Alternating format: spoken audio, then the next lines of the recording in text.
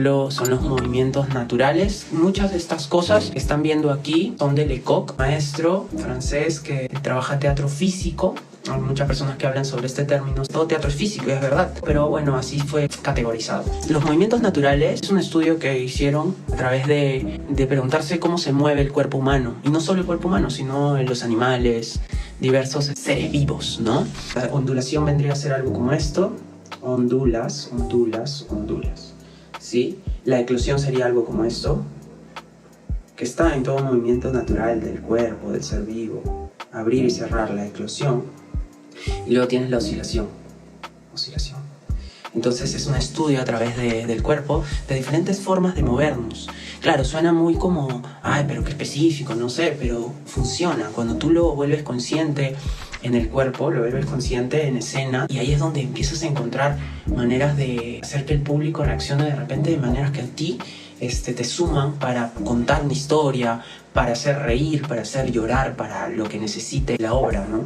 Tenemos las tonalidades de Lecoq. El 1 y el 8 es como que se mezclan, ¿no? El exhausto y el catatónico tienen características bien parecidas, es muy interesante, es como un círculo, que es básicamente cómo nosotros tensamos los músculos. ¿Qué tanto tensamos los músculos? ¿Qué tanto está relajado hasta el punto que puede caer el cuerpo? ¿Y qué tanto tensamos los músculos?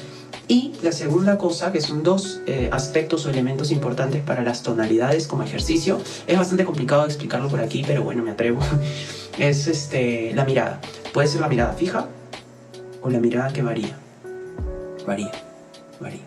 ¿Sí? Entonces, si tú empiezas a modificar la tonalidad muscular y la mirada, si tú estás relajado y miras fijo, es una cosa, pero si estás relajado y miras a diferentes puntos es otra cosa. Entonces son diferentes estados del cuerpo. Tenemos también motores de movimiento. ¿Qué parte del cuerpo te lleva? Eso me ayuda mucho para la creación me ayuda muchísimo para la creación de personajes. Si por ejemplo te lleva el pecho, aquí nomás sin moverme, hacer esto, hablar desde el pecho es diferente a hablar desde la cabeza o desde la pelvis, ¿sí? Entonces cuando nos movemos, ¿qué parte del cuerpo te lleva? El hombro, la espalda, ¿no? Y la nariz, ¿no? Es diferente, ¿entienden? Sí, es bien interesante jugar con los motores de movimiento. Y si agregas las tonalidades, los movimientos naturales, se hace un infinito de posibilidades en escena. Las direcciones, que son diversas, ¿no? Bueno, la básica horizontal y vertical. La horizontal es como el tú y el yo. La vertical es el cielo y la tierra, digamos. Y las diagonales son los sentimientos, la lírica, el melodrama, ¿no? Eso es obviamente súper resumido. Las actitudes, que son diferentes posturas que plantea Lecoq para poder trabajar direcciones, tensiones. Son ejercicios básicamente para la exploración escénica. Variantes del movimiento. El rebote, la repetición, el canon, el contraimpulso, el impulso, el rápido, lento, lento, rápido. Hay diversas técnicas que nos van a llevar a poder explorar en escena de una manera más ordenada. Como músicos, por ejemplo, tenemos las partituras, pero a veces como actores nos preguntamos cuáles son nuestros apoyos. Entonces a veces nos quedamos sin apoyos, no sabemos cuáles son nuestros apoyos. La improvisación, pero en general es medio abstracto, hay técnicas de improvisación, por eso es tan importante estudiar y pasar por una formación para poder entender un lenguaje que te ayude a comunicarte también con otros actores, actrices y poder crear, ¿no?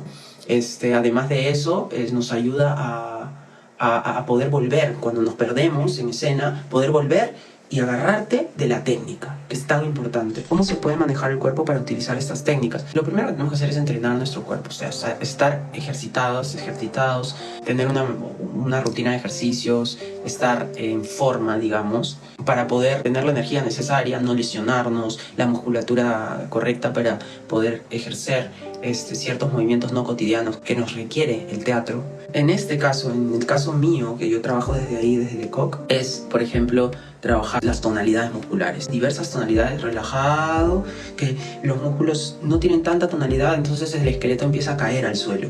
Porque el esqueleto se para, el cuerpo se para, está parado todo el tiempo, porque generan los músculos una tensión sobre ellos, los ligamentos, todo. Entonces lo que hace es que el esqueleto se pueda parar. Si no existieran los músculos, simplemente caeríamos. Entonces la idea es soltar la tensión muscular hasta tal punto de que no podamos pararnos. Luego es un ejercicio de ir activando ciertas partes del cuerpo para que nuestro cuerpo se pare, se vaya parando. Es súper interesante, es difícil de explicar por aquí, pero más o menos les doy esa pauta. Y como les decía, la mirada, ¿no? Fija o variante, ¿ok? Esa es una de las técnicas que se utilizan. El motor de movimiento, desde el pecho, desde el mentón, que es caminar desde la pelvis, ¿no? Que es caminar desde la barriga, ¿no? Que te jala hacia adelante o hacia atrás. Entonces hay diferentes técnicas también para entrar en un mood o buscar una forma de caminata también, que es súper importante. Sobre el proceso de creación de una rutina de comedia físico-clown, ¿cuál es tu proceso de creación? Yo normalmente parto de la improvisación. Yo trabajo mucho en vivo, en animación, y a partir de lo que sucede en escena, lo que me da el público, porque he pasado por talleres, experiencias durante años para poder reaccionar a lo que el público me da, van generándose ciertas situaciones que puedes volver a repetir en el futuro. Yo parto de la improvisación, mucho. Y también puedes partir, yo también lo hago, de una habilidad. Por ejemplo, yo he desarrollado muchas habilidades porque me considero un payaso clásico. Clásico en el sentido de que mi personaje, por ejemplo, Hueso, lo voy a hacer toda mi vida, ¿se entiende? Y lo voy a desarrollar toda mi vida. Mi personaje Piernitas, o que le llaman Maque, que es así todo flaco y que tiene el peinadito así tipo palmera, y lo uso para animaciones, y él sí habla. Hueso no habla casi nada, tiene gibberish. Entonces colecciono, por eso tengo el sentido soy un payaso clásico, porque toda mi vida voy a ser estos personajes para mí. No es un personaje que hago para una obra y se acabó. Hay que coleccionar habilidades, hay que coleccionar herramientas, porque te van a servir en escena, te van a servir un montón. Por ejemplo, yo empecé un proceso de aprender a hacer malabares, pero con sombreros. Antes con pelotas, clavas, pero descubrí los malabares con sombreros, que son tan hermosos, te dan un mood diferente, es como un objeto que utilizas, es como hacer malabares con tu ropa, digamos, ¿no? Agarrar tus zapatos y hacer malabares. Perdón, salud, salud. Coleccionar habilidades. ¿Para qué? Para que tú puedas mostrar estas habilidades desde el lenguaje del payaso, y van a ocurrir cosas, van a ocurrir accidentes, que son los regalos más preciados de un payaso. Porque eso nos permite encontrarnos en una situación que no habíamos previsto como actores, actrices, y entregársela al público con una mirada y un comentario interno, que yo le llamo diálogo interno. Cuando te pasa algo, miras al público y dices, ay no, me está pasando esto. En los accidentes, eso es lo mejor que puede pasar al payaso. Obviamente en un accidente de tránsito, ¿no? Creo que eso sí no está en discusión. Y ya. Tener herramientas, totalmente. Necesitamos diversas herramientas. Yo hago zapateo criollo, yo hago malabares con sombreros, yo canto, yo toco guitarra, toco saxo alto. ¿Qué más hago? Sé hacer magia diversa. Hay que coleccionar. Para ser buen payaso, para mí, tienes que tener muchas herramientas. Ahora, hay payasos muy buenos que no tienen tantas herramientas y las revientan solamente hablando. El estudio de la materia, cómo se mueven ciertos materiales, ¿no? Por ejemplo, los que no vuelven a su estado natural o original, las elásticas, los trágicos, o el elástico pero que no vuelve por completo, o los que se rompen. Por ejemplo, los vasos de vidrio se caen, se rompen, ya no vuelven a su estado natural, ¿no? Se quiebran. Entonces, es la investigación de cómo ese material reacciona ante un estímulo externo. Luego, estudio de los animales. Hay que trabajar mucho la observación. Hay que mirar. Si quieres trabajar un poco cuál es el ritmo, eso es muy importante. El ritmo no solamente es un tema de tiempos y silencios, no es eso. El ritmo tiene que ver con el sonido, por ejemplo. ¿Cómo suena?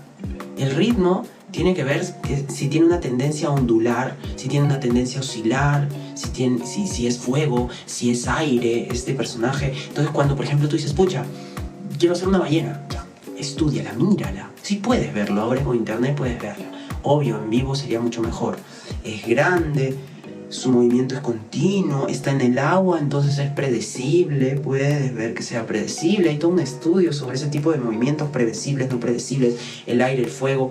Ahí también hay un estudio súper interesante y para mí fundamental para el actor y actriz.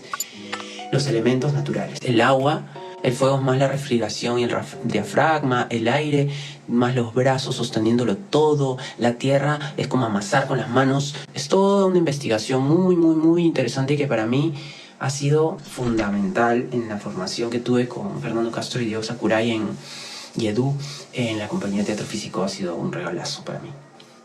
Y ahora sigo investigando diversas técnicas, pero Lecoq es la que a mí me ha ayudado mucho. Tu caballo fue genial en la vida de sueño. Muchas gracias. Sí, fue loco porque me llamaron para el casting y me puse a ver videos de caballos. No solo verlos, sino también ver cómo reaccionan. O sea, me puse a ver documentales sobre cómo la gente caza o atrapa, o no sé cómo llamarle, a los caballos salvajes, ¿no? Y cómo aprenden a domarlos. Es todo un tema bien loco. Fue un reto para mí, porque no solo era ver el caballo, sino cómo reaccionaba ante el humano y todo. Entonces el sonido. O sea, mil cosas. Otro tipo de investigación es la musicalidad, por ejemplo. Explorar el sonido y el cuerpo. Luego tienes el estudio de los colores. ¿Qué te da un color? Cuando tú escuchas rojo, ¿qué sientes? ¿Qué pasa por ahí? Acá tienes también lo cotidiano. Esto a mí me parece también fundamental. La observación de las situaciones cotidianas son importantísimas para el actor, porque nosotros trabajamos en un espacio ficción, pero basado en la realidad. Como nuestra manera de ver el mundo a través de ver el cotidiano. Eso me parece hermoso. En realidad, hacer teatro para mí ha sido como conocerme también mucho. Es muy loco. Y bueno, luego entramos ya al tema del payaso, de la comedia en sí. ¿Cómo mantener el estado de clown sin caer en actuar o fingir la emoción? ¡Pum! Mira, esta pregunta que has hecho Bitácora de una payasa es bien interesante, porque es algo que yo también me preguntaba a la hora de crear el laboratorio de comedia física. De verdad. Yo decía, pucha, pero los talleres de clown todavía no, o sea, ya no me metía a talleres porque no encontraba. Entonces me puse a investigar y a preguntarme qué es lo que yo hacía en escena como payaso, y encontré varias cosas interesantes. Una es que hay que aprender a diferenciar. Lo que pasa es que hay un romanticismo con el payaso. Es mi forma de verlo. Si no están de acuerdo, está perfecto. Pero es que pasa que el payaso o la payasa es un personaje. Para mí es un personaje, totalmente. ¿Qué pasa? Que el payaso payasa necesariamente para mí es el lenguaje escénico más cercano al actor-actriz. ¿A qué voy? A que el actor-actriz, en algún momento del proceso de la creación de su personaje como payaso, tiene que reaccionar como él reacciona en la vida natural, en la vida normal, en el cotidiano. Cuando esta persona reacciona de esta manera en escena porque le ha pasado algo, a eso decía yo, lo mejor que le puede pasar a un payaso o payasa es un accidente, no de tránsito, no, sino un accidente. Por ejemplo, estás haciendo una habilidad, malabares, y se te cae. Ahí es donde tienes que aprovechar ese momento para, en vez de solucionar nomás, que es lo que harías cotidianamente, mires al público, internamente le digas, puta, me pasó esta vaina, chamare. Y luego mires de nuevo y digas, tengo una idea, y lo soluciones. Entonces ahí es donde el actor-actriz y el clown-personaje se mimetizan, porque hay cosas naturales del actor-actriz que salen. Hafner, un gran maestro, pueden ir apuntando lo que voy diciendo. Hafner, datos ahí para que queden. Dice que no existe el clown, existe el clowning, ¿sí? Es un estado, no es te pones la nariz, hay un payaso. No, es cómo reaccionas ante el mundo, ¿sí? Cómo ves, y a través de ver reaccionas ante el mundo. Eso es el clowning, o la payasada, digamos, o el payasear, ¿no? Entonces, lo que tienes que hacer para poder mantener el estado clown y no dejar el estado payaso es apoyarte de la técnica. Porque puedes tener un mal día y no estar inspirado y no tener ganas de energía para entrar a un juego, a estar en juego. Pero sí puedes agarrarte de la técnica y poder trabajar una energía de payaso en ciertas escenas, en ciertos aspectos. Entonces ahí es donde entra el profesionalismo del clown, del payaso, como actor-actriz. Creo que hay que apoyarnos de la técnica. Cualquier técnica que utilices, tienes que usarla. Y a partir de ahí, déjate llevar, que fluya, pero primero tienes que sentar las bases de tu técnica. Porque si no, todo sería juego, todo sería desordenado y también es válido, todo bien, si tú tomas el clown o el payaso como un momento de tu vida para hacer catarsis, hermoso, perfecto. Pero si quieres profesionalizarlo, llevarlo a escena, contar historias, emocionar, denunciar cosas a través de él, tenemos que trabajar un poco en la técnica. En realidad, bastante en la técnica. Claro, eso de fingir la emoción es bien loco, ¿eh? Es súper común, pero es práctica y también es agarrarte de la técnica. Y que la concentración, esto es una técnica en realidad, esté en la acción, más no en hacer reír. ¿Sí? En la película de Chaplin, El Circo, ¿sí? Chaplin sale, lo persiguen, entra al circo, todos se matan de risa porque el policía lo está siguiendo y se cae. Y luego le dicen, oye, contratado. Y va con los payasos y le dicen, haznos reír. Y Chaplin empieza a hacer así, y no hace reír. Y dice, esto es una porquería.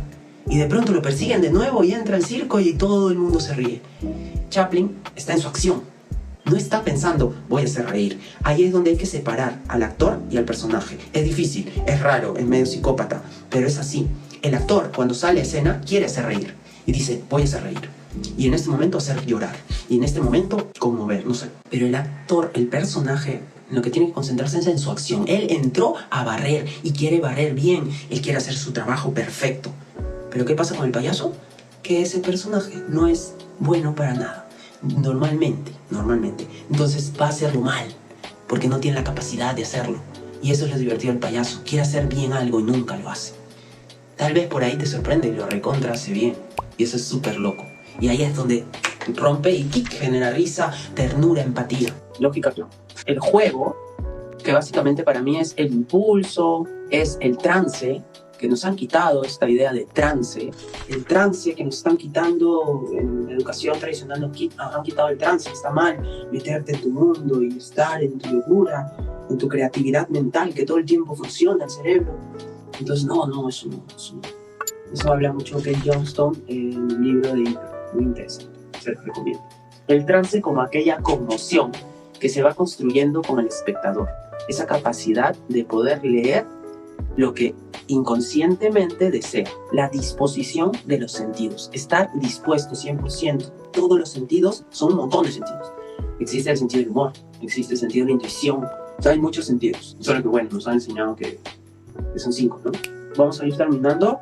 Tenemos el absurdo, que es una solución inusual, una contradicción corporal. Yo trabajo también, no solo el payaso o clown, desde la razón, ¿no? ¿Cómo soluciono esto? ¿Cómo recojo el vaso de otra manera? No.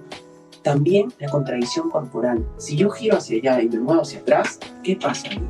Si yo hago mis brazos hacia allá y me muevo hacia acá, ¿qué pasa? Hay una contradicción corporal. Tenemos el fracaso, lo que les decía, los accidentes son lo mejor que le puede pasar.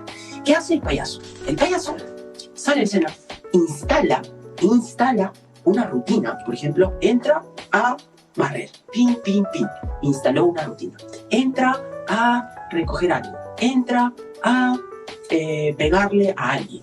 Entra a escupirle al público. Instala una rutina y la interrumpe a propósito. Ahí entra el actor y dice, acá tengo que interrumpir. ¿Por qué? Es un código de comedia. ¡Pum! Lo interrumpes. No puedo barrer. Me atraqué con algo. Entro a recoger algo y otro se lo llevó. Ahí entra un poquito de lógica clown, por así decirlo, lógica payaso comedia. El estatus son los roles o el estatus del espacio con el objeto. Eso me parece muy chévere. Por ejemplo, el rey tiene un estatus con su trono. Cuando el rey entra a su castillo, ¿quién es más? O sea, ¿quién tiene más estatus? Es su castillo, ¿cierto? Cuando el rey está en su trono, ¿quién tiene más estatus? ¿El trono o el rey? Interesante, ¿no? Entonces es muy interesante el estatus también con el objeto, con el espacio.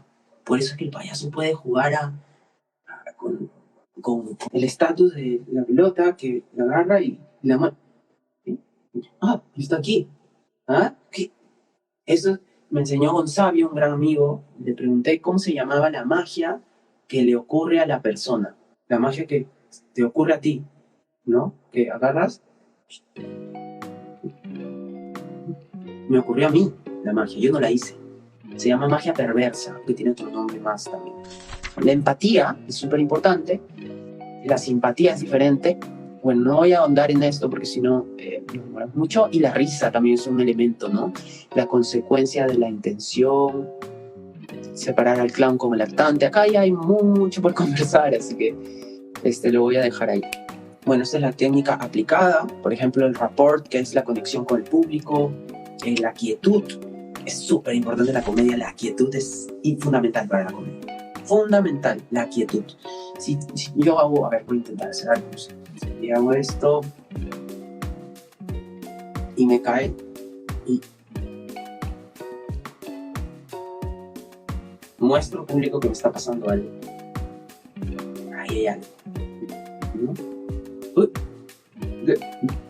Pero si a mí me pasa, me ocurre, simplemente me hago loco y sigo hablando, no pasó nada, ¿no? La quietud es súper importante en el payaso, en el clown.